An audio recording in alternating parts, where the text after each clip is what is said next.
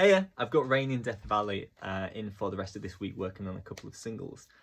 And I'm really happy with how everything's sounding. We did drums today. Sammy, the guitarist, is playing drums. And he's 17 years old, and he absolutely fucking rips. His drumming was so good. I'm fucking stoked. So I'll play you a sample of how the drums sound, and then we'll be in the live room looking at everything. And yeah, the drill, I've done this a bunch of times. Let's talk about drums.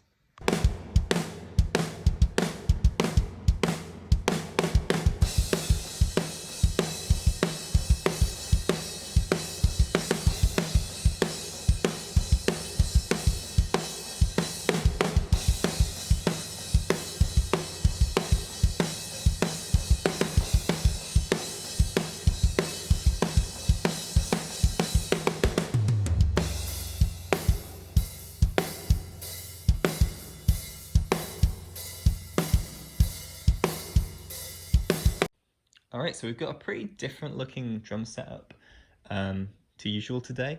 I decided to go back to my large diaphragm condensers as overheads instead of Coles like I have been using recently. Rain in Death Valley, they're like a punk rock kind of band. Some of the references were things like Rise Against, some of the A Day to Remember stuff, and I felt like the kind of brighter, sizzly cymbals and lighter overhead picture would work very well for this, especially because we've got some double kick stuff and we want to keep that very clean in the low end. And I was very, very happy with how these sounded. So these are my Violet Design Amethyst Vintages, which is still a fucking mouthful. And placement wise, they're still high. So I was experimenting with this last time with the Coles. These are like 56 inches from the snare.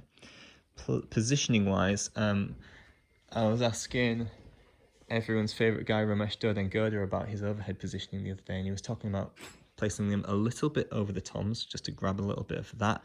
And I did that, and I really, really like the way that sounds. I've also got everything on the close mics is the same as usual.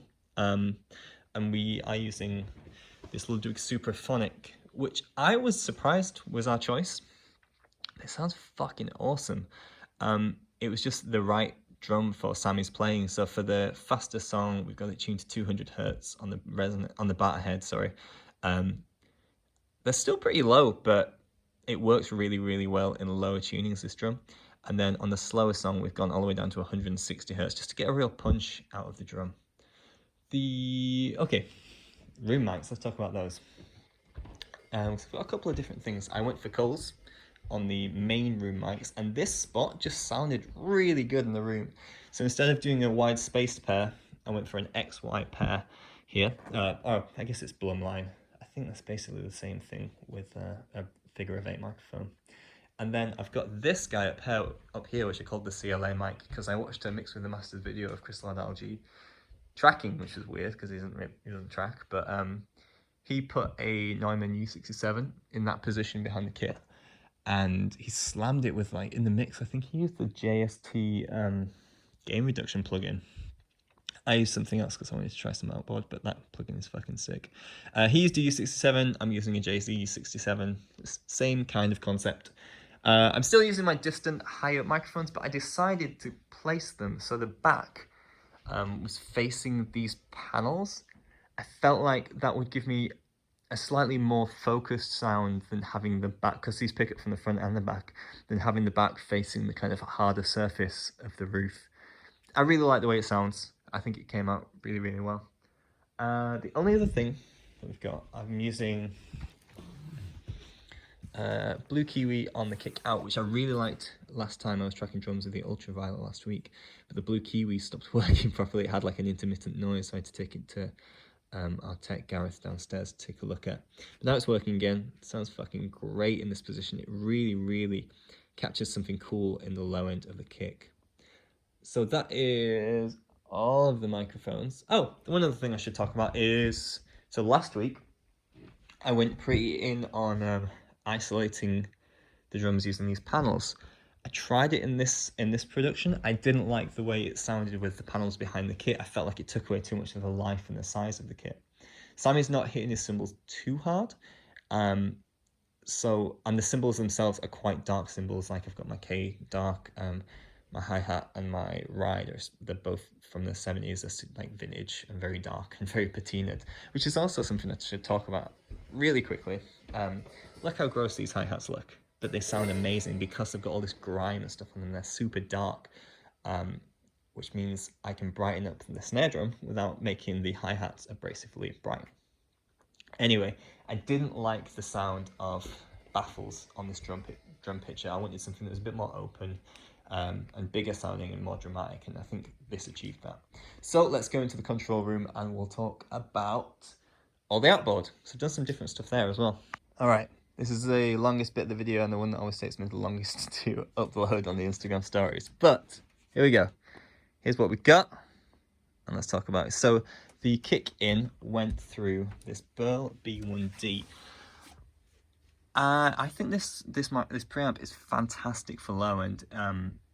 It's got an iron transformer and it just has so much like power and girth to it, I guess. I really like the way this sounds, and with a D6 it worked really well. A lot of the time I use the Neve 1081 on the kick, but I just felt like trying something different today, and this one sounded great. But I needed an EQ for that, so I went into this Yuri 545 EQ. It sounds great, this EQ, it's really cool. It's a little bit noisy. I definitely had to battle with that, but I'm going to gate the kick so it doesn't really matter anyway. Although I probably, if I was making a sample, I wouldn't use this because of the noise. But anyway, it's a fucking great EQ, and I'm adding some 28 hertz here. Sorry, let's focus that. And scooping out a whole ton of 500 hertz boxiness. Everything else is basically left flat. Then we are running into a Neve 33609 compressor. I initially tried the DBX160 compressor, but I didn't really love what that was doing. This just sounds really great on so many sources, so I've got it set to, that's surprising, I thought I had it set to, oh, sorry, I keep going out of focus. I thought I had it set to 4:1, but I'm on 6:1, and it sounds really good, but I'm not hitting it super hard. We've got a really quick release, and I was probably hitting like maybe 2 dB at the most. And I don't think I'm doing anything on the SSL to the kick in. No, all flat. So the kick out, that blue Kiwi, that's going through this Cappy preamp. I tried some of the Neve style ones, but it was, I initially tried the 1073, but it was overloading it. This Cappy preamp has this cool mid-rangey like character to it when you push it. I probably tried pushing it too hard at first, and I had to back out, but it shaped the sound of this blue Kiwi in a really cool way. But I did have to EQ it quite a bit. I added a fucking ton of like the lowest frequency I could add, some 20 hertz, and that was really cool.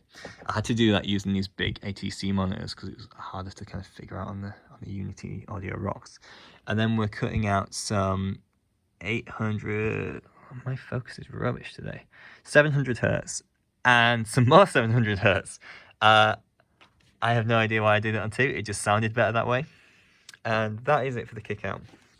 Now snare top, I went back through the old mate, the 1081. I'm just using a high pass filter on this because I like to use Pultecs on snare top. So I'm adding and kind of attenuating some 100 hertz. That basically just shapes the curve of the low end that I'm adding. And then I'm adding some 8K as well. Then we are running into the DBX160 that I didn't like on kick but loved on snare. So I've got it set to 3:1. Normally I go for 2:1 on snare. It's actually 3.5:1, something like that, but it suited 3:1. And then at the hardest hits I was going to like 4 dB gain reduction, but really it was only aiming for 1, maybe 2 dB. I really didn't want to hit it hard. I don't want to bring out all the hi-hat spill and all that shit. I can always compress it after I've gated it again if I need to when I'm mixing. Then the snare bottom is also going through the 1081, and I'm using the EQ here to add some 100 hertz, maybe 4 dB, something like that, and to scoop out some 800 hertz. I noticed I had quite a few 800 hertz issues today. Or not issues, just I wanted to attenuate a lot of 800 hertz. I'm not sure why. There was just something in the production that had that frequency poking out, or maybe I just didn't like the sound of it today. No further EQ on that, I don't think. Oh yeah, cutting out some 900 hertz. So yeah, more of that kind of weird boxy frequency that I didn't like today. So the overheads, they're going through these great river preamps. These are Neve style. I really like these with sizzly kind of overheads because it will smooth out the kind of brightness of condensers. Neve style tends to do that. It kind of smooths the top end in a really nice way. And something else that smooths the top end is the Manley Massive Passive. So I'm just adding a bunch of top here. I'm adding some 10K and adding some 27K and a little bit of high pass filtering just to control the low end. I just really love the way this EQ sounds. It adds a lot of really great character to the entire cymbal and drum picture.